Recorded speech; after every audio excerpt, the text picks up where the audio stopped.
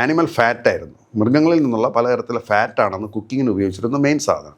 നമ്മുടെ നാട്ടിലും മെയിൻലി വെളിച്ചെണ്ണയാണ് ഉപയോഗിച്ചിരുന്നത്. അപ്പോൾ ആ ഒരു അഡ്വൈസ് ജനങ്ങളുടെ ഇടയിലോട്ട് വന്നപ്പോൾ എല്ലാവർക്കും പേടിയായി. ജനിക്കുന്ന കുട്ടികളിൽ വെറും 1% താഴെയായിരുന്നു ഈ ശാരീരിക മാനസിക വൈകല്യം ഉള്ളവർ. നമ്മൾ ഇൻ്റലക്ച്വൽ ഡിസബിലിറ്റി അല്ലെങ്കിൽ പണ്ട് മെൻ്റൽ റിട്ടാർഡേഷൻ എന്നൊക്കെ പറയും. നമ്മുടെ സ്ഥാപനത്തിൽ വരുന്നതിന് മുമ്പ് 3-4 മെൻ്റൽ ആശുപത്രികളിൽ അഡ്മിറ്റ് ചെയ്ത് കിടന്ന് നരകിച്ചിട്ടാണ് ഇവിടെ വരുന്നത്, അല്ലേ? അതിന് അവർ ചെയ്തൊരു പണിയാണ് അമേരിക്കൻ ഹാർട്ട് അസോസിയേഷനെ കൊണ്ട് പറയിച്ചു. അപ്പോൾ അന്ന് വരെ ആൾക്കാർ കുക്കിങ്ങിന് ഉപയോഗിച്ചിരുന്നത് ഈ പന്നിയുടെയും പശുക്കളുടെ കന്നുകാലികളുടെയൊക്കെ കൊഴുപ്പും, നമ്മൾ നെയ്യുണ്ടല്ലോ, പശു നെയ്യ് എന്നൊക്കെ ഉണ്ടാക്കുന്നില്ലേ, ആ നെയ്യ്, ബട്ടർ, ഇങ്ങനെയുള്ള ആനിമൽ പ്രൊഡക്ട്സ് ആയിരുന്നു, ആനിമൽ ഫാറ്റായിരുന്നു. മൃഗങ്ങളിൽ നിന്നുള്ള പലതരത്തിലുള്ള ഫാറ്റാണെന്ന് കുക്കിങ്ങിന് ഉപയോഗിച്ചിരുന്ന മെയിൻ സാധനം. നമ്മുടെ നാട്ടിലും മെയിൻലി വെളിച്ചെണ്ണയാണ് ഉപയോഗിച്ചിരുന്നത്. അപ്പം ഈ വെളിച്ചെണ്ണയ്ക്കും ഈ ആനിമൽ ഫാറ്റും മൂലമുള്ള കുക്കിങ്ങും ഹൃദയാഘാതം കൂട്ടും എന്നൊക്കെ പറഞ്ഞുള്ള ഇത് അന്നാണ് അവർ കൊണ്ടുവരുന്നത്. അതുകൊണ്ട് വെജിറ്റബിൾ ഓയിൽ ഉപയോഗിക്കുക. വെജിറ്റബിൾ ഓയിൽ എന്ന് പറയുമ്പോൾ സസ്യത്തിൽ നിന്ന് വരുന്ന എണ്ണകൾ, അതിലൊന്നായിട്ട് ഇതിന് പരുത്തിക്കൊരു എണ്ണയെ അവർ കണക്കാക്കുകയും, അപ്പോൾ ആ ഒരു അഡ്വൈസ് ജനങ്ങളുടെ ഇടയിലോട്ട് വന്നപ്പോൾ എല്ലാവർക്കും പേടിയായി. എല്ലാവരും ഈ ബട്ടറും പശുനെയ്യും ഏറ്റവും നല്ല സാധനങ്ങളത് ഇന്ന് തെളിയിച്ചുകൊണ്ടിരിക്കുക. വെളിച്ചെണ്ണ, നമ്മുടെ നാട്ടിൽ വെളിച്ചെണ്ണയുടെ കച്ചവടം തന്നെ പോയത് അങ്ങനെയാണ്. ഇന്നിപ്പോൾ വെളിച്ചെണ്ണയ്ക്ക് 450 രൂപയായി. കാരണം എന്താ? ലോകം മുഴുവൻ വെളിച്ചെണ്ണയുടെ ഗുണം മനസ്സിലാക്കി. അതിനകത്തുള്ള മീഡിയം ചെയിൻ ട്രൈഗ്ലിസറൈഡ് എന്നൊക്കെ പറഞ്ഞാൽ ഒരുപാട് ഗുണങ്ങളെക്കുറിച്ച് ഇപ്പോൾ ഇങ്ങനെ വന്നുകൊണ്ടിരിക്കുക. അതാണ് വെളിച്ചെണ്ണ 450 നിൽക്കുന്നത്. മനസ്സിലായില്ലേ? അപ്പോൾ ഈ 1960 വന്ന് ഇന്നിപ്പോൾ 2025 നമ്മൾ നിൽക്കുന്നത്. ഈ ഒരു 60 വർഷക്കാലം വേണ്ടാത്ത കൊളസ്ട്രോൾ എന്നും പറഞ്ഞ് ഒരു വലിയ പ്രശ്നക്കാരനല്ലാത്ത കൊളസ്ട്രോളിന് വേണ്ടി ഒരു മരുന്നും കണ്ടുപിടിച്ചു. ആ മരുന്ന് കോടാനുകോടി ആൾക്കാരെ കൊണ്ട് തീറ്റിപ്പിച്ചു. അത്രയും ബില്യൺ ഡോളറാണ് അവരടിച്ചു മാറ്റിയത്. അപ്പം ഞാനിതെന്ന് പറയും, ഈ കഥകൾ ഇവിടെ പറയാനുള്ള കാരണം, ഇന്നും നമ്മൾ ഇവരുടെ ഈ അടിമത്തത്തിനും ഈ മാനിപ്പുലേഷൻ, ഈ വളച്ചുകെട്ട്, നമ്മൾ കഴിക്കുന്ന ആഹാരത്തിലാണെങ്കിലും നമ്മുടെ ജീവിത രീതി, നമ്മുടെ ചിന്താഗതികൾ, നമ്മൾ ചിന്തിക്കുന്നത്, നമ്മുടെ ചിന്തകളെ വരെ അവർ ഹൈജാക്ക് ചെയ്തിരിക്കുകയാണ്. അതിൻ്റെ ഉദാഹരണം ഞാൻ പറഞ്ഞുതരാം. 1919 നമ്മുടെ ചിന്തകളെ എങ്ങനെയാണ് ഇവർ ഹൈജാക്ക് ചെയ്തിരിക്കുന്നത്, അല്ലെങ്കിൽ ഇവർ കടിഞ്ഞാണിട്ടിരിക്കുന്നത്, നമ്മളെങ്ങനെ ചിന്തിക്കണം എന്ന് വരെ ഇന്ന് തീരുമാനിക്കുന്ന സോഷ്യൽ മീഡിയ, അല്ലേ? ഇന്ന് സോഷ്യൽ മീഡിയ കൂടെ ഇങ്ങനെ വന്നുകൊണ്ടിരിക്കുകയല്ലേ. അന്നത്തെ കാലത്ത് 1919 എന്താ ചെയ്തെന്നറിയാമോ? അമേരിക്കയിലെ എല്ലാ പ്രധാനപ്പെട്ട സിറ്റികളിലും വലിയ പരസ്യ പലകകൾ, നമ്മൾ കാണുന്ന ബിൽബോർഡ് ഉണ്ടല്ലോ, സ്ഥാപിച്ചു. ഈ ബിൽബോർഡിൽ സ്ത്രീകൾ ഇങ്ങനെ ആകാശത്തൊട്ട് ചാടി സന്തോഷത്തിൽ പൊട്ടിച്ചിരിച്ച് ആകാശത്തിങ്ങനെ നിൽക്കുകയാണ്. അവരുടെ കയ്യിൽ സിഗരറ്റും ഉണ്ട്. ഇതിനടിയിലുള്ള ക്യാപ്ഷൻ, സ്ത്രീകളെ നിങ്ങൾക്ക് സ്വാതന്ത്ര്യം വേണ്ടേ. ഇതൊരു സൈക്കോളജിസ്റ്റിൻ്റെ ബന്ധത്തിൽപ്പെട്ട ഒരാളാണിത് ഇതിൻ്റെ ഈ അഡ്വർടൈസ്മെൻറ്റ് കൊണ്ടുവന്നത്. ഇതിൻ്റെ പിന്നിലെ സൈക്കോളജി എന്താണെന്ന് വെച്ചാൽ, മനഃശാസ്ത്രം എന്താണെന്ന് വെച്ചാൽ, സ്ത്രീകളെ പറഞ്ഞ് മനസ്സിലാക്കുകയാണ്. പുരുഷന്മാരെ പോലെ നിങ്ങളും സിഗരറ്റൊക്കെ വലിച്ച് അടിച്ച് പൊളിക്കണം, മദ്യപിച്ച് സിഗരറ്റും വലിച്ച് നിങ്ങളെ അടിച്ച് താഴ്ത്തിയിരിക്കുകയാണ്, നിങ്ങളെ അടിമകളാക്കിയിരിക്കുകയാണ്. പുരുഷന്മാർ ആണെങ്കിൽ അടിച്ചു പൊളിക്കുന്നു, മദ്യപിക്കുന്നു, പുകവലിക്കുന്നു, യാത്ര ചെയ്യുന്നു. ആ രീതിയിലേക്ക് സ്ത്രീകളെയും കൊണ്ടുവരണം. അപ്പോൾ ഇവരെ കൊണ്ട് പുകവലിപ്പിച്ചാൽ ജനതയിൽ 50% ജനങ്ങളുടെ ഇടയിലുള്ള സ്ത്രീകളിലും കൂടെ പുകവലിച്ചാൽ ഇവരുടെ ലാഭം എത്രയായി? ഇരട്ടിയായി. അപ്പോൾ ഇങ്ങനെയുള്ള ടോട്ടൽ മാനിപ്പുലേഷനാണ് നമ്മൾ കാണുന്നത്, നമ്മുടെ ഇടയ്ക്ക് കാണുന്നത്. അപ്പം ഈ പുകവലി മൂലമുള്ള രോഗങ്ങളെക്കുറിച്ച് ഞാൻ പറയണ്ടല്ലോ. ഹാർട്ട് അറ്റാക്ക്, ക്യാൻസർ, ഇല്ലാത്ത രോഗങ്ങളൊന്നുമില്ല, എല്ലാം ഉണ്ടാവും. അപ്പോൾ ഒരു ഗർഭിണിയായിരിക്കുന്ന സ്ത്രീ അത് വലിച്ചാൽ എന്തായിരിക്കും? ആ കുഞ്ഞിനും ഡാമേജ് വരും. 1975 മോൺസാൻഡോ എന്ന് പറയുന്ന കമ്പനി റൗണ്ടപ്പ് ഗ്ലൈഫോസേറ്റ് എന്ന് പറയുന്ന കളനാശിനി കണ്ടുപിടിക്കുന്നത്. 1977 മറ്റോ അവർക്ക് അതിന് പാറ്റൻറ്റ് കിട്ടി. 1980 ഇത് വ്യാപകമായിട്ട് കൃഷിക്ക് ഉപയോഗിച്ചു തുടങ്ങി, ഈ കളനാശിനിയായിട്ട്. 70 80 അന്നത്തെ ജനന നിരക്ക്, ജനിക്കുന്ന കുട്ടികളിൽ വെറും 1% താഴെയായിരുന്നു ഈ ശാരീരിക മാനസിക വൈകല്യം ഉള്ളവർ. നമ്മൾ ഇൻ്റലക്ച്വൽ ഡിസബിലിറ്റി അല്ലെങ്കിൽ പണ്ട് മെൻ്റൽ റിട്ടാർഡേഷൻ എന്നൊക്കെ പറയും. ഇത് ഉപയോഗിക്കുന്നതോറും അതിൻ്റെ വളരെയധികം വർദ്ധിച്ചായിട്ടാണ് കാണുന്നത്. ഏതാണ്ട് 10 ഇരട്ടി എന്ന് വെച്ചാൽ 100-ൽ 10 കുട്ടികൾക്ക് വരെ പലതരത്തിലെ മാനസിക ശാരീരിക വൈകല്യങ്ങളുള്ളതായിട്ട് തെളിയിക്കപ്പെട്ടതാണ്. മനസ്സിലായില്ലേ? അപ്പോൾ ഇങ്ങനെയാണ് കമ്പനികൾ ഇന്ന് ഗ്ലൈഫോസൈറ്റ് എന്ന് പറയുന്ന ഇത് നമ്മൾ കുടിക്കുന്ന വെള്ളത്തിലും മഴവെള്ളത്തിലും നമ്മുടെ കായലിലും കടലിലും കിണറിലും എല്ലാം ഗ്ലൈഫോസൈറ്റ് ഉണ്ടെന്നാണ് പറയുന്നത്. ഇന്നിപ്പം മൈക്രോ പ്ലാസ്റ്റിക്സ് എന്ന് പറയുന്ന പോലെ. അപ്പോൾ ഞാനിത് നമ്മളോട് പറയുന്നത് നിങ്ങൾ ജീവിച്ചിരിക്കുന്ന ഈ സമൂഹത്തെക്കുറിച്ച്, ഈ പ്രകൃതിയെക്കുറിച്ച് പഠിക്കുക. അപ്പോൾ ഇത് കഴിഞ്ഞ കാലഘട്ടത്തിലെ കാര്യം, 1960 വരെ, 1919 കാര്യം പറഞ്ഞു, 18-ാം നൂറ്റാണ്ട് 19-ാം നൂറ്റാണ്ടിലെ കാര്യങ്ങൾ പറഞ്ഞു. ഇനി ഇന്നത്തെ നമ്മുടെ ജീവിത രീതിയെക്കുറിച്ചൊന്ന് ആലോചിച്ച് നോക്കുക. ആ കാലഘട്ടത്തിൽ മൈക്രോ ഓർഗാനിസംസ് എന്ന് പറഞ്ഞാൽ ബാക്ടീരിയ, ഫംഗസ്, വൈറസ് മനുഷ്യനുണ്ടാക്കുന്ന രോഗങ്ങളെ കണ്ടുപിടിച്ചു. അതിനെ ചികിത്സിച്ചപ്പോഴാണ് ആയുർദൈർഘ്യം കിട്ടിയത്, അല്ലെങ്കിൽ പല രോഗങ്ങളും മാറിയത്. ഇന്നത്തെ അതിൻ്റെ അർത്ഥം എല്ലാ രോഗങ്ങളും കൺട്രോൾ ചെയ്യുന്നതാണോ? അല്ല. ഇന്നെന്താ സംഭവിച്ചിരിക്കുന്നത്? അന്ന് മനുഷ്യർ വന്ന് ഒരുമിച്ച് താമസിക്കാൻ തുടങ്ങിയപ്പം സീവേജ് ട്രീറ്റ്മെൻറ്റ്, മലവും മൂത്രവും കെട്ടിക്കിടക്കുന്ന പോലെ ഉണ്ടായ രോഗങ്ങൾ. ഇന്നത്തെ സാഹചര്യം ഒന്ന് ആലോചിച്ച് നോക്കിക്കേ. ഇന്നെന്താ സംഭവിച്ചിരിക്കുന്നത്? എക്സ്ട്രീം അർബനൈസേഷൻ, എക്സ്ട്രീം മോഡേണൈസേഷൻ എന്നൊക്കെ നമുക്ക് പറയാവുന്ന അല്ലേ. ഏറ്റവും കൂടുതൽ എല്ലാവരുടെ കയ്യിലും മൊബൈലുണ്ട്. 8 മുതൽ 9 മണിക്കൂറാണ് ഒരു പ്രായപൂർത്തിയായ ആൾ ഒരു ദിവസം ഉറങ്ങേണ്ടത്. 8 മുതൽ 9 മണിക്കൂർ അല്ലേ. ഇന്ന് എത്ര മണിക്കൂർ ഉറങ്ങുന്നുണ്ട്? 6 മണിക്കൂർ കഷ്ടിച്ചുറങ്ങുന്നവരുണ്ടോ? വളരെ കുറവാണ്. ഈ ഉറക്കം കുറഞ്ഞതോടുകൂടി തന്നെ മനുഷ്യനുണ്ടായ രോഗങ്ങൾ എന്തൊക്കെയാണ്? ഡിമൻഷ്യ. ഏറ്റവും ഡിമൻഷ്യയുടെ ഏറ്റവും പ്രധാനപ്പെട്ട കാരണങ്ങളൊന്നായിട്ട് പറയുന്നത് ഇതാണ്. ആങ്സൈറ്റി, ഡിപ്രഷൻ, സ്കിസോഫ്രീനിയ പോലെയുള്ള രോഗങ്ങൾ ഇന്ന് കുഞ്ഞുങ്ങളിലും ചെറുപ്പക്കാരിലും കൂടിക്കൊണ്ടിരിക്കുകയാണ്. ഉറങ്ങുന്ന സമയമാണ് തലച്ചോറിൽ അടിഞ്ഞുകൂടുന്ന അഴുക്ക്, വേസ്റ്റ് പ്രൊഡക്ട്സ്. ഈ ഉറങ്ങുമ്പോൾ, ഈ 8-9 മണിക്കൂർ ഉറങ്ങുമ്പോഴാണ് തലച്ചോറിൽ അടിഞ്ഞുകൂടുന്ന വേസ്റ്റ് പ്രൊഡക്ട്സ് തള്ളിക്കളയുന്നത്. അപ്പോൾ 6 മണിക്കൂർ ഉറങ്ങുന്ന ഒരാളിൽ ഇത് പോകുന്നില്ല, അതവിടെ അടിഞ്ഞുകൂടുകയാണ്. ചെറുപ്രായം മുതൽ അത് അടിഞ്ഞുകൂടി പ്രീ സിനൈൽ ഡിമൻഷ്യ. സിനൈൽ എന്ന് വെച്ചാൽ പ്രായാധിക്യം മൂലം ഒരു 70, 80, 90 ഉണ്ടാകുമ്പോൾ ഉണ്ടാകുന്ന മാനസികമായിട്ടുള്ള ചെറിയൊരു ഇതിനെയാണ് സിനൈൽ ഡിമൻഷ്യ എന്ന് പറയുന്നത്. പ്രീ സിനൈൽ എന്ന് വെച്ചാൽ പ്രായമാകുന്നതിന് മുമ്പ് തന്നെ 40, 45, 50. അതാണ് ആൽഷീമേഴ്സ് നമ്മൾ പറയുന്ന ഏറ്റവും പ്രധാനപ്പെട്ട. ആൽഷീമേഴ്സിൻ്റെ ഒരു പ്രധാനപ്പെട്ട ഇതെന്ന് പറയുന്നത് തന്നെ ഒരു ബീറ്റാ ഫിബ്രിൽസ്, അമൈലോയിഡ് എന്ന് പറയുന്ന ഒരു അഴുക്ക് തലച്ചോറിൽ അടിയുന്നുണ്ട്. അതിൻ്റെ കാരണങ്ങൾ ഏറ്റവും പ്രധാനപ്പെട്ടതായിട്ട് എഴുതി പറയുന്നത് ഉറക്കമില്ലായ്മയാണ്. അപ്പം 8 മുതൽ 9 മണിക്കൂർ ഉറങ്ങേണ്ട. അപ്പോൾ അന്ന് സീവേജ് ട്രീറ്റ്മെൻറ്റ്, മലവും മൂത്രവും കളയാനുണ്ടായ ബുദ്ധിമുട്ട്, ആൾക്കാർ ഒരുമിച്ച് താമസിക്കുമ്പോൾ ഉണ്ടാകുന്ന സാംക്രമിക രോഗങ്ങളായിരുന്നു അന്നത്തെ പ്രശ്നമെങ്കിൽ ഇന്ന് മനുഷ്യൻ സ്വയം മാറ്റങ്ങൾ വന്നു. അവൻ്റെ ജീവിതചര്യകളിൽ വന്ന മാറ്റങ്ങൾ മൂലം അവനുണ്ടാകുന്ന രോഗങ്ങളാണ്. അപ്പോൾ 1700 കോളറ അണുക്കളെ കണ്ടുപിടിച്ചെങ്കിലും മരുന്ന് വരുന്ന എന്നാണ് 200 വർഷങ്ങൾക്ക് ശേഷമാണ്. ഇന്ന് ഏറ്റവും കൂടുതൽ ചർച്ച ചെയ്യപ്പെടുന്നൊരു വിഷയമാണ് ജീവിതശൈലി. ഇത് കേട്ടുകൊണ്ടിരിക്കുന്ന നിങ്ങൾ ഓരോരുത്തരും, ഇപ്പോൾ ഞാനീ പറയുന്നത് കേട്ടുകൊണ്ടിരിക്കുന്ന ഓരോരുത്തരും ചിന്തിക്കുക, നിങ്ങൾ എത്ര പേര് കേട്ടിട്ടുണ്ടാവും ഉറങ്ങുന്നത് 9 മണിക്കൂർ, 8 മുതൽ 9 മണിക്കൂർ ഉറങ്ങണം പ്രായപൂർത്തിയ ആൾക്കാർ. എന്നാൽ കുഞ്ഞുങ്ങളോ 10 വയസ്സുകാരനും 8 വയസ്സുകാരനും 10 മുതൽ 11 മണിക്കൂർ ഉറങ്ങണം. നമ്മുടെ കുട്ടികളെ കുറിച്ചൊന്ന് ആലോചിച്ച് നോക്കിക്കേ. ഞാൻ നേരത്തെ പറഞ്ഞ കോഗ്നിഷൻ, തിരിച്ചറിവ് എന്ന് പറയുന്നതുണ്ടല്ലോ, കോഗ്നിഷൻ, ആ തിരിച്ചറിയാനുള്ള കഴിവ് അല്ലേ. ഒരു ആനയെ കാണുമ്പോൾ അത് ആനയാണെന്ന് തിരിച്ചറിയുന്നു അല്ലേ. നമ്മൾ പണ്ട് ആനയെ കണ്ടിട്ടുണ്ട്, ആനയെക്കുറിച്ച് പഠിച്ചു. അപ്പോൾ ഒരു ആനയെ കാണുമ്പോൾ പെട്ടെന്ന് തിരിച്ചറിയുകയാണ്.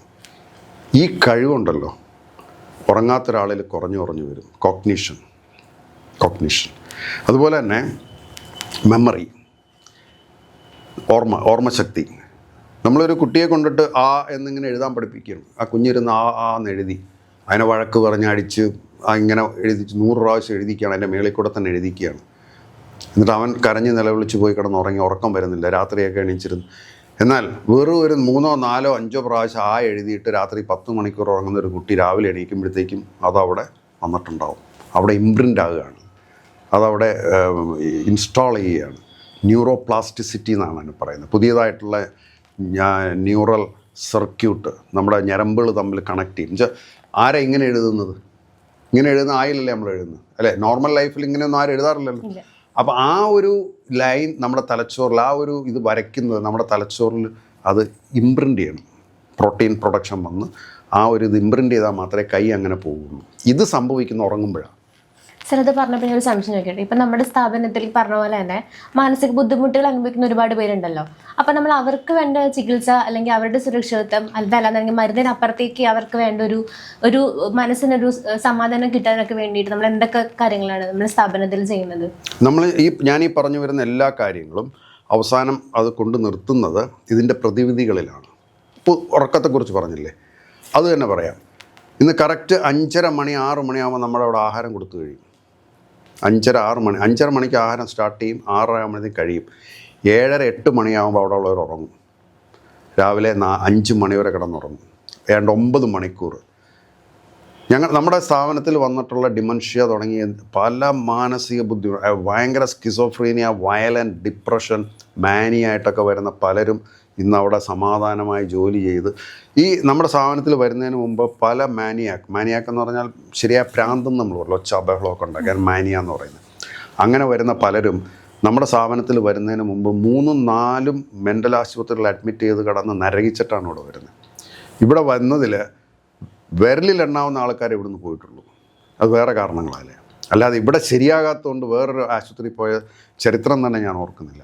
കാരണം അത്രയും സമാധാനപരമായ ആഹാരവും ഉറക്കവും എക്സസൈസ്, യോഗ തുടങ്ങിയ എല്ലാം കൃത്യമായി കൊടുക്കുന്നൊരു സ്ഥാപനമാണത്. അപ്പോൾ ഉറക്കത്തെക്കുറിച്ച് എങ്ങനെയാണ് നമ്മുടെ സ്ഥാപനത്തിൽ വരുന്നത്? നമ്പർ 1 ഉറക്കം തന്നെയാണ്. 5:30 കഴിഞ്ഞാൽ സമാധാനമാണ്. അവിടെ TV ഇല്ല, ഒച്ചയില്ല, ബഹളമില്ല. അവരവരുടെ രീതിയിൽ പ്രാർത്ഥനകൾ നടത്തി 7:30 8 മണിയാകുമ്പോൾ ഒരു സമാധാനമായി ഉറങ്ങുകയാണ്. വെല്ലുവിളികളില്ല, അവരെ ആരും ഒച്ചപ്പാടുണ്ടാക്കാനൊന്നുമില്ല. അപ്പോൾ ആ ഉറക്കം എന്ന് പറയുന്നത് നമ്മൾ ആദ്യം അവിടെ എൻഫോഴ്സ് ചെയ്തു. ഇനി ആ ചോദ്യത്തിനുള്ള മറ്റു മറുപടി ആഹാരം സംബന്ധിച്ച് നമ്മുടെ ചർച്ചകളിൽ ആഹാരം വരുമ്പോൾ ആഹാരത്തിൽ നമ്മളുണ്ടാക്കിയ വ്യതിയാനങ്ങളെക്കുറിച്ച് നമുക്ക് അപ്പോൾ സംസാരിക്കാം. ഇപ്പം ജീവിതശൈലിയിൽ 3 പ്രധാനപ്പെട്ട കാര്യങ്ങളാണ്: ഉറക്കം, ആഹാരം, എക്സസൈസ്. അത് നമ്മുടെ ഈ ചർച്ചയിൽ വരുന്നതിനനുസരിച്ച് നമുക്കത് ചർച്ച ചെയ്തു പോകാം. നല്ലൊരു ചോദ്യമാണത്. അപ്പോൾ അതിൻ്റെ പ്രായോഗികമായിട്ട് നമ്മളിവിടെ കാണുകയാണ്. പ്രായോഗിക തലത്തിൽ ഇതിനെ വ്യക്തമായും വിജയിപ്പിച്ചിട്ടാണ് ഇന്ന് നമ്മൾ സോഷ്യൽ മീഡിയ വഴി നിങ്ങളുടെ ആൾക്കാരുടെ മുന്നിലോട്ട് വന്നിരിക്കുന്നത്. നിങ്ങളുടെ നിസ്സാരമായി ചെയ്യാവുന്ന കാര്യം. 1700 കോളറ കണ്ടുപിടിച്ചു. ആൻറ്റിബയോട്ടിക്കിന് 200 വർഷങ്ങൾ വെയിറ്റ് ചെയ്യേണ്ടി വന്നു.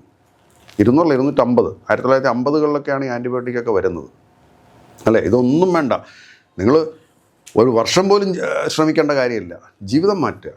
ഉറക്കം 24 മണിക്കൂർ എന്ന് പറയുന്ന ആ എത്ര വലിയ ആളാണെങ്കിലും, പ്രൈം മിനിസ്റ്റർ ആണെങ്കിലും പ്രസിഡൻ്റ് ആണെങ്കിലും കൊള്ളാം, ഏറ്റവും വലിയ മൾട്ടി-ബില്യണയർ ആണെങ്കിലും കൊള്ളാം, 24 മണിക്കൂറേ ഉള്ളൂ.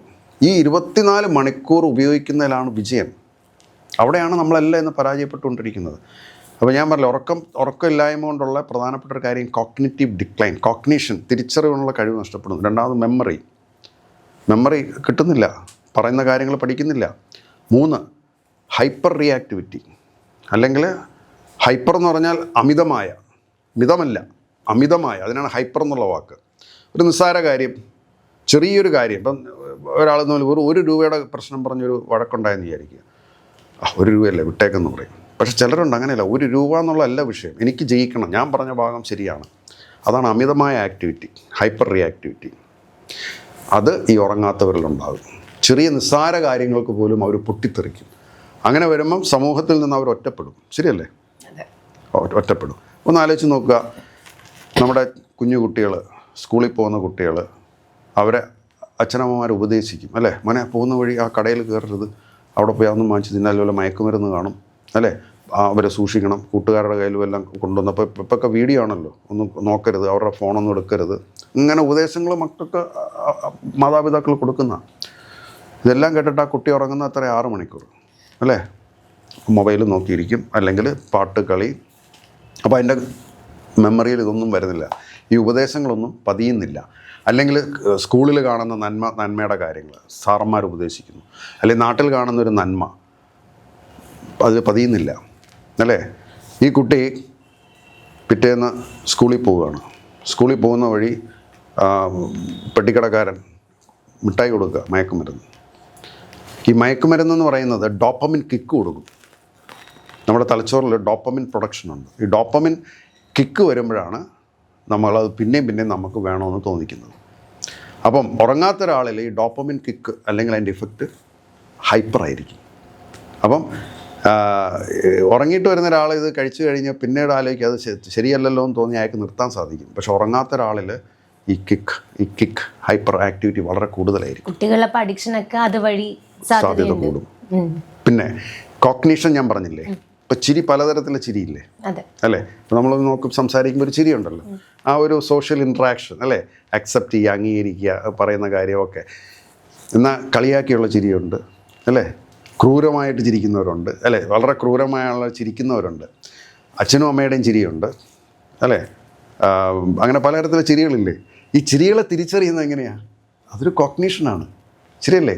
അച്ഛനും അമ്മയും ചിരിക്കുന്നു, കടയിൽ മയക്കുമരുന്ന് മിഠായി തരുന്ന ആളും ചിരിക്കുന്നു, ചിരി വ്യത്യാസം കാണും, നമുക്ക് തിരിച്ചറിയാൻ പറ്റും.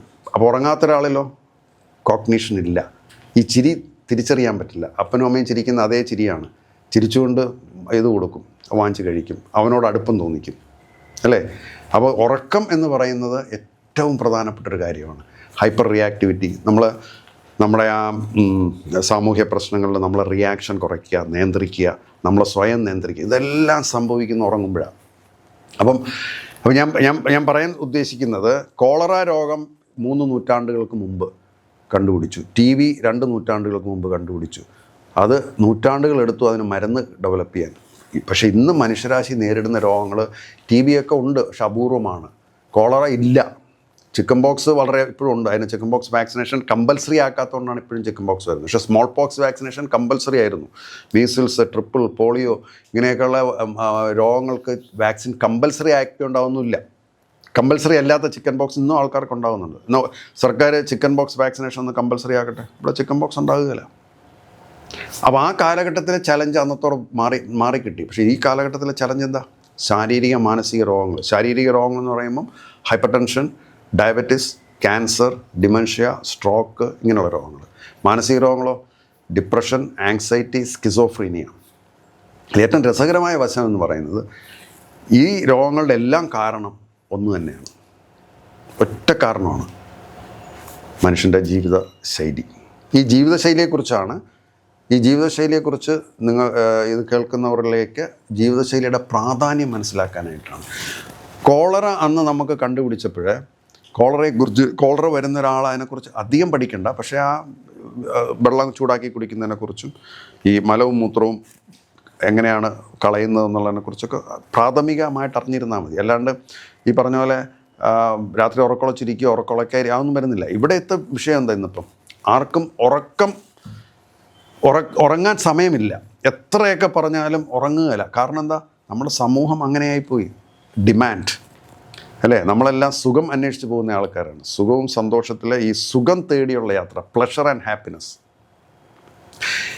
ഈ പ്ലഷർ ആൻഡ് ഹാപ്പിനെസ്സിനെ കുറിച്ച് ഞാനിത് പറയാൻ ശ്രമിക്കുന്നത്, ഇതിലെ ഓരോ കാര്യങ്ങളും ഇതിൻ്റെ ശാസ്ത്രീയ വശങ്ങളും നിങ്ങൾ മനസ്സിലാക്കണം. ഈ സുഖം തേടിയുള്ള യാത്രയിലാണ് നമ്മുടെ ഉറക്കം നഷ്ടപ്പെടുന്നത്. അപ്പോൾ എന്താണ് സന്തോഷം? പ്ലഷറും ഹാപ്പിനെസ്സും തമ്മിലുള്ള വ്യത്യാസം ഒരു സാധാരണക്കാരൻ അറിഞ്ഞിരിക്കണം. എന്താണെന്ന് വെച്ചാൽ, നമ്മൾ ഏർപ്പെടുന്ന ഓരോ കാര്യങ്ങളും നമ്മളോട് സ്വയം ചോദിക്കുക, ഞാൻ സുഖം തേടിയാണോ ഇതിനെ പുറകെ പോകുന്നത്, സന്തോഷം തേടിയാണോ പോകുന്നത്? മൂലം അവനുണ്ടാകുന്ന രോഗങ്ങളാണ്. അപ്പോൾ 1700 കോളറ അണുക്കളെ കണ്ടുപിടിച്ചെങ്കിലും മരുന്ന് വരുന്ന 200 വർഷങ്ങൾക്ക് ശേഷമാണ്. ഇന്ന് ഏറ്റവും കൂടുതൽ ചർച്ച ചെയ്യപ്പെടുന്നൊരു വിഷയമാണ് ജീവിതശൈലി. ഇത് കേട്ടുകൊണ്ടിരിക്കുന്ന നിങ്ങൾ ഓരോരുത്തരും, ഇപ്പോൾ ഞാനീ പറയുന്നത് കേട്ടുകൊണ്ടിരിക്കുന്ന ഓരോരുത്തരും ചിന്തിക്കുക, നിങ്ങൾ എത്ര പേര് കേട്ടിട്ടുണ്ടാവും ഉറങ്ങുന്നത് 9 മണിക്കൂർ, 8 മുതൽ 9 മണിക്കൂർ ഉറങ്ങണം പ്രായപൂർത്തിയ ആൾക്കാർ. എന്നാൽ കുഞ്ഞുങ്ങളോ 10 വയസ്സുകാരനും 8 വയസ്സുകാരനും 10 മുതൽ 11 മണിക്കൂർ ഉറങ്ങണം. നമ്മുടെ കുട്ടികളെ കുറിച്ചൊന്ന് ആലോചിച്ച് നോക്കിക്കേ. ഞാൻ നേരത്തെ പറഞ്ഞ കോഗ്നിഷൻ, തിരിച്ചറിവ് എന്ന് പറയുന്നുണ്ടല്ലോ, കോഗ്നിഷൻ, ആ തിരിച്ചറിയാനുള്ള കഴിവ് അല്ലേ. ഒരു ആനയെ കാണുമ്പോൾ അത് ആനയാണെന്ന് തിരിച്ചറിയുന്നു അല്ലേ. നമ്മൾ പണ്ട് ആനയെ കണ്ടിട്ടുണ്ട്, ആനയെക്കുറിച്ച് പഠിച്ചു. അപ്പോൾ ഒരു ആനയെ കാണുമ്പോൾ പെട്ടെന്ന് തിരിച്ചറിയുകയാണ്. ഈ കഴിവുണ്ടല്ലോ ഉറങ്ങാത്തൊരാളിൽ കുറഞ്ഞു വരും. കോഗ്നിഷൻ. അതുപോലെ തന്നെ മെമ്മറി, ഓർമ്മശക്തി. നമ്മളൊരു കുട്ടിയെ കൊണ്ടിട്ട് ആ എന്നിങ്ങനെ എഴുതാൻ പഠിപ്പിക്കുകയാണ്. ആ കുഞ്ഞിരുന്ന് ആ എന്ന് എഴുതി, അതിനെ വഴക്ക് പറഞ്ഞടിച്ച് ഇങ്ങനെ എഴുതിച്ച് 100 പ്രാവശ്യം എഴുതിക്കുകയാണ്, അതിൻ്റെ മേളിൽ കൂടെ തന്നെ എഴുതിക്കുകയാണ്. എന്നിട്ട് അവൻ കരഞ്ഞ് നിലവിളിച്ച് പോയി കിടന്ന് ഉറക്കം വരുന്നില്ല, രാത്രിയൊക്കെ എണീച്ചിരുന്നു. എന്നാൽ വെറും ഒരു 3, 4, 5 പ്രാവശ്യം ആ എഴുതിയിട്ട് രാത്രി 10 മണിക്കൂർ ഉറങ്ങുന്ന ഒരു കുട്ടി രാവിലെ എണീക്കുമ്പോഴത്തേക്കും അതവിടെ വന്നിട്ടുണ്ടാവും, അവിടെ ഇംപ്രിൻ്റ് ആകുകയാണ്, അതവിടെ ഇൻസ്റ്റാൾ ചെയ്യുകയാണ്. ന്യൂറോപ്ലാസ്റ്റിസിറ്റി എന്നാണ് അതിന് പറയുന്നത്. പുതിയതായിട്ടുള്ള ന്യൂറൽ സർക്യൂട്ട് നമ്മുടെ ഞരമ്പുകൾ തമ്മിൽ കണക്ട് ചെയ്യും. എന്നുവെച്ചാൽ ആരാ ഇങ്ങനെ എഴുതുന്നത്? ഇങ്ങനെ എഴുതുന്ന ആയില്ലല്ലേ നമ്മൾ എഴുതുന്നത് അല്ലേ. നോർമൽ ലൈഫിൽ ഇങ്ങനെയൊന്നും ആരും എഴുതാറില്ലല്ലോ. അപ്പോൾ ആ ഒരു ലൈൻ നമ്മുടെ തലച്ചോറിൽ, ആ ഒരു ഇത് വരയ്ക്കുന്നത് നമ്മുടെ തലച്ചോറിൽ അത് ഇംപ്രിൻ്റ് ചെയ്യണം. പ്രോട്ടീൻ പ്രൊഡക്ഷൻ വന്ന് ആ ഒരു ഇത് ഇമ്പ്രിൻ്റ് ചെയ്താൽ മാത്രമേ കൈ അങ്ങനെ പോവുള്ളൂ. ഇത് സംഭവിക്കുന്ന ഉറങ്ങുമ്പോഴാണ്. സാർ അത് പറഞ്ഞപ്പോൾ ഞാൻ ഒരു സംശയം ചോദിക്കട്ടെ. ഇപ്പം നമ്മുടെ സ്ഥാപനത്തിൽ പറഞ്ഞ പോലെ തന്നെ മാനസിക ബുദ്ധിമുട്ടുകൾ അനുഭവിക്കുന്ന ഒരുപാട് പേരുണ്ടല്ലോ. അപ്പം നമ്മൾ അവർക്ക് വേണ്ട ചികിത്സ അല്ലെങ്കിൽ അവരുടെ സുരക്ഷിതത്വം അതല്ലാന്നുണ്ടെങ്കിൽ മരുന്നിനപ്പുറത്തേക്ക് അവർക്ക് വേണ്ട ഒരു മനസ്സിനൊരു സമാധാനം കിട്ടാനൊക്കെ വേണ്ടിയിട്ട് നമ്മൾ എന്തൊക്കെ കാര്യങ്ങളാണ് നമ്മുടെ സ്ഥാപനത്തിൽ ചെയ്യുന്നത്? നമ്മൾ ഞാൻ പറഞ്ഞു വരുന്ന എല്ലാ കാര്യങ്ങളും അവസാനം അത് കൊണ്ട് നിർത്തുന്നത് ഇതിൻ്റെ പ്രതിവിധികളിലാണ്. ഇപ്പോൾ ഉറക്കത്തെക്കുറിച്ച് പറഞ്ഞില്ലേ, അത് തന്നെ പറയാം. ഇന്ന് കറക്റ്റ് 5:30 മണി 6 മണിയാകുമ്പോൾ നമ്മുടെ അവിടെ ആഹാരം കൊടുത്തു കഴിയും. 5:30 മണിക്ക് ആഹാരം സ്റ്റാർട്ട് ചെയ്യും, 6:30 ആകുമ്പോഴത്തേക്കും കഴിയും. 7:30 8 മണിയാകുമ്പോൾ അവിടെ ഉള്ളവർ ഉറങ്ങും. രാവിലെ 5 മണി വരെ കിടന്നുറങ്ങും. ഏതാണ്ട് 9 മണിക്കൂർ. നമ്മുടെ സ്ഥാപനത്തിൽ വന്നിട്ടുള്ള ഡിമൻഷ്യ തുടങ്ങിയ പല മാനസിക ഭയങ്കര സ്കിസോഫ്രീനിയ, വയലൻറ്റ്, ഡിപ്രഷൻ, മാനിയായിട്ടൊക്കെ വരുന്ന പലരും ഇന്ന് അവിടെ സമാധാനമായി ജോലി ചെയ്ത് നമ്മുടെ സ്ഥാപനത്തിൽ വരുന്നതിന് മുമ്പ് പല മാനിയാക്ക് എന്ന് പറഞ്ഞാൽ ശരിയായ പ്രാന്തെന്ന് നമ്മൾ പറയും, ഒച്ച ബഹളമൊക്കെ ഉണ്ടാക്കാൻ മാനിയ എന്ന് പറയുന്നത്. അങ്ങനെ വരുന്ന പലരും നമ്മുടെ സ്ഥാപനത്തിൽ വരുന്നതിന് മുമ്പ് 3-4 മെൻ്റൽ ആശുപത്രികളിൽ അഡ്മിറ്റ് ചെയ്ത് കിടന്ന് നരകിച്ചിട്ടാണ് ഇവിടെ വരുന്നത്. ഇവിടെ വന്നതിൽ വിരലിലെണ്ണാവുന്ന ആൾക്കാരെ ഇവിടുന്ന് പോയിട്ടുള്ളൂ. അത് വേറെ കാരണങ്ങളല്ലേ, അല്ലാതെ ഇവിടെ ശരിയാകാത്തതുകൊണ്ട് വേറൊരു ആശുപത്രി പോയ ചരിത്രം തന്നെ ഞാൻ ഓർക്കുന്നില്ല. കാരണം അത്രയും സമാധാനപരമായ ആഹാരവും ഉറക്കവും എക്സസൈസ്, യോഗ തുടങ്ങിയ എല്ലാം കൃത്യമായി കൊടുക്കുന്നൊരു സ്ഥാപനമാണത്. അപ്പോൾ ഉറക്കത്തെക്കുറിച്ച് എങ്ങനെയാണ് നമ്മുടെ സ്ഥാപനത്തിൽ വരുന്നത്? നമ്പർ 1 ഉറക്കം തന്നെയാണ്. 5:30 കഴിഞ്ഞാൽ സമാധാനമാണ്. അവിടെ TV ഇല്ല, ഒച്ചയില്ല, ബഹളമില്ല. അവരവരുടെ രീതിയിൽ പ്രാർത്ഥനകൾ നടത്തി 7:30 8 മണിയാകുമ്പോൾ ഒരു സമാധാനമായി ഉറങ്ങുകയാണ്. വെല്ലുവിളികളില്ല, അവരെ ആരും ഒച്ചപ്പാടുണ്ടാക്കാനൊന്നുമില്ല. അപ്പോൾ ആ ഉറക്കം എന്ന് പറയുന്നത് നമ്മൾ ആദ്യം അവിടെ എൻഫോഴ്സ് ചെയ്തു. ഇനി ആ ചോദ്യത്തിനുള്ള മറ്റു മറുപടി ആഹാരം സംബന്ധിച്ച് നമ്മുടെ ചർച്ചകളിൽ ആഹാരം വരുമ്പോൾ ആഹാരത്തിൽ നമ്മളുണ്ടാക്കിയ വ്യതിയാനങ്ങളെക്കുറിച്ച് നമുക്ക് അപ്പോൾ സംസാരിക്കാം. ഇപ്പം ജീവിതശൈലിയിൽ 3 പ്രധാനപ്പെട്ട കാര്യങ്ങളാണ്: ഉറക്കം, ആഹാരം, എക്സസൈസ്. അത് നമ്മുടെ ഈ ചർച്ചയിൽ വരുന്നതിനനുസരിച്ച് നമുക്കത് ചർച്ച ചെയ്തു പോകാം. നല്ലൊരു ചോദ്യമാണത്. അപ്പോൾ അതിൻ്റെ പ്രായോഗികമായിട്ട് നമ്മളിവിടെ കാണുകയാണ്. പ്രായോഗിക തലത്തിൽ ഇതിനെ വ്യക്തമായും വിജയിപ്പിച്ചിട്ടാണ് ഇന്ന് നമ്മൾ സോഷ്യൽ മീഡിയ വഴി നിങ്ങളുടെ ആൾക്കാരുടെ മുന്നിലോട്ട് വന്നിരിക്കുന്നത്. നിങ്ങളുടെ നിസ്സാരമായി ചെയ്യാവുന്ന കാര്യം. 1700 കോളറ കണ്ടുപിടിച്ചു. ആൻറ്റിബയോട്ടിക്കിന് 200 വർഷങ്ങൾ വെയിറ്റ് ചെയ്യേണ്ടി വന്നു. 250 1950-കളിലൊക്കെയാണ് ഈ ആൻറ്റിബയോട്ടിക്കൊക്കെ വരുന്നത്, അല്ലേ? ഇതൊന്നും വേണ്ട, നിങ്ങൾ ഒരു വർഷം പോലും ശ്രമിക്കേണ്ട കാര്യമില്ല. ജീവിതം മാറ്റുക. ഉറക്കം 24 മണിക്കൂർ എന്ന് പറയുന്ന എത്ര വലിയ ആളാണെങ്കിലും, പ്രൈം മിനിസ്റ്റർ ആണെങ്കിലും പ്രസിഡൻ്റ് ആണെങ്കിലും ഏറ്റവും വലിയ മൾട്ടി ബില്യണയർ ആണെങ്കിലും കൊള്ളാം, 24 മണിക്കൂറേ ഉള്ളൂ. ഈ 24 മണിക്കൂർ ഉപയോഗിക്കുന്നതിലാണ് വിജയം. അവിടെയാണ് നമ്മളെല്ലാം ഇന്ന് പരാജയപ്പെട്ടുകൊണ്ടിരിക്കുന്നത്. അപ്പോൾ ഞാൻ പറഞ്ഞില്ല, ഉറക്കമില്ലായ്മ കൊണ്ടുള്ള പ്രധാനപ്പെട്ട ഒരു കാര്യം കോഗ്നിറ്റീവ് ഡിക്ലൈൻ, കോഗ്നിഷൻ, തിരിച്ചറിവിനുള്ള കഴിവ് നഷ്ടപ്പെടുന്നു. രണ്ടാമത് മെമ്മറി കിട്ടുന്നില്ല, പറയുന്ന കാര്യങ്ങൾ പഠിക്കുന്നില്ല. 3 ഹൈപ്പർ റിയാക്ടിവിറ്റി, അല്ലെങ്കിൽ ഹൈപ്പർ എന്ന് പറഞ്ഞാൽ മിതമല്ല, അമിതമായ, അതിനാണ് ഹൈപ്പർ എന്നുള്ള വാക്ക്. ഒരു നിസ്സാര കാര്യം, ചെറിയൊരു കാര്യം, ഇപ്പം ഒരാളെന്ന് പറഞ്ഞാൽ 1 രൂപയുടെ പ്രശ്നം പറഞ്ഞൊരു വഴക്കുണ്ടായെന്ന് വിചാരിക്കുക. 1 രൂപയല്ലേ വിട്ടേക്കെന്ന് പറയും. പക്ഷെ ചിലരുണ്ട് അങ്ങനെയല്ല, 1 രൂപ എന്നുള്ളതല്ല വിഷയം, എനിക്ക് ജയിക്കണം, ഞാൻ പറഞ്ഞ ഭാഗം ശരിയാണ്. അതാണ് അമിതമായ ആക്ടിവിറ്റി, ഹൈപ്പർ റിയാക്ടിവിറ്റി. അത് ഈ ഉറങ്ങാത്തവരിലുണ്ടാകും. ചെറിയ നിസ്സാര കാര്യങ്ങൾക്ക് പോലും അവർ പൊട്ടിത്തെറിക്കും. അങ്ങനെ വരുമ്പം സമൂഹത്തിൽ നിന്ന് അവർ ഒറ്റപ്പെടും. ശരിയല്ലേ? ഒറ്റപ്പെടും. ഒന്ന് ആലോചിച്ച് നോക്കുക, നമ്മുടെ കുഞ്ഞു കുട്ടികൾ, സ്കൂളിൽ പോകുന്ന കുട്ടികൾ, അവരെ അച്ഛനമ്മമാർ ഉപദേശിക്കും, അല്ലേ? മോനെ പോകുന്ന വഴി ആ കടയിൽ കയറരുത്, അവിടെ പോയി അതൊന്നും വാങ്ങിച്ച് തിന്നാൽ വല്ല മയക്കുമരുന്ന് കാണും, അല്ലേ? അവരെ സൂക്ഷിക്കണം, കൂട്ടുകാരുടെ കയ്യിലും എല്ലാം കൊണ്ടുവന്നപ്പോൾ ഇപ്പൊക്കെ വീഡിയോ ആണല്ലോ, ഒന്നും നോക്കരുത്, അവരുടെ ഫോണൊന്നും എടുക്കരുത്. ഇങ്ങനെ ഉപദേശങ്ങൾ മക്കൾക്ക് മാതാപിതാക്കൾ കൊടുക്കുന്ന. ഇതെല്ലാം കേട്ടിട്ട് ആ കുട്ടി ഉറങ്ങുന്ന അത്ര 6 മണിക്കൂർ, അല്ലേ? മൊബൈൽ നോക്കിയിരിക്കും, അല്ലെങ്കിൽ പാട്ട്, കളി. അപ്പോൾ അതിൻ്റെ മെമ്മറിയിൽ ഇതൊന്നും വരുന്നില്ല, ഈ ഉപദേശങ്ങളൊന്നും പതിയുന്നില്ല. അല്ലെങ്കിൽ സ്കൂളിൽ കാണുന്ന നന്മയുടെ കാര്യങ്ങൾ സാറന്മാർ ഉപദേശിക്കുന്നു, അല്ലെങ്കിൽ നാട്ടിൽ കാണുന്നൊരു നന്മ അത് പതിയുന്നില്ല, അല്ലേ? ഈ കുട്ടി പിറ്റേന്ന് സ്കൂളിൽ പോവുകയാണ്. സ്കൂളിൽ പോകുന്ന വഴി പെട്ടിക്കടക്കാരൻ മിഠായി കൊടുക്കുക, മയക്കുമരുന്ന്. ഈ മയക്കുമരുന്നെന്ന് പറയുന്നത് ഡോപ്പമിൻ കിക്ക് കൊടുക്കും. നമ്മുടെ തലച്ചോറിൽ ഡോപ്പമിൻ പ്രൊഡക്ഷനുണ്ട്. ഈ ഡോപ്പമിൻ കിക്ക് വരുമ്പോഴാണ് നമ്മളത് പിന്നെയും നമുക്ക് വേണമെന്ന് തോന്നിക്കുന്നത്. അപ്പം ഉറങ്ങാത്ത ഒരാളിൽ ഈ ഡോപ്പമിൻ കിക്ക് അല്ലെങ്കിൽ അതിൻ്റെ ഇഫക്റ്റ് ഹൈപ്പറായിരിക്കും. അപ്പം ഉറങ്ങിയിട്ട് വരുന്ന ഒരാൾ ഇത് കഴിച്ചു കഴിഞ്ഞാൽ പിന്നീട് ആലോചിക്കുക അത് ശരിയല്ലല്ലോ എന്ന് തോന്നി അയാൾക്ക് നിർത്താൻ സാധിക്കും. പക്ഷെ ഉറങ്ങാത്ത ഒരാളിൽ ഈ കിക്ക് ഹൈപ്പർ ആക്ടിവിറ്റി വളരെ കൂടുതലായിരിക്കും. കുട്ടികളുടെ അഡിക്ഷൻ ഒക്കെ അതുവഴി സാധ്യത കൂടും.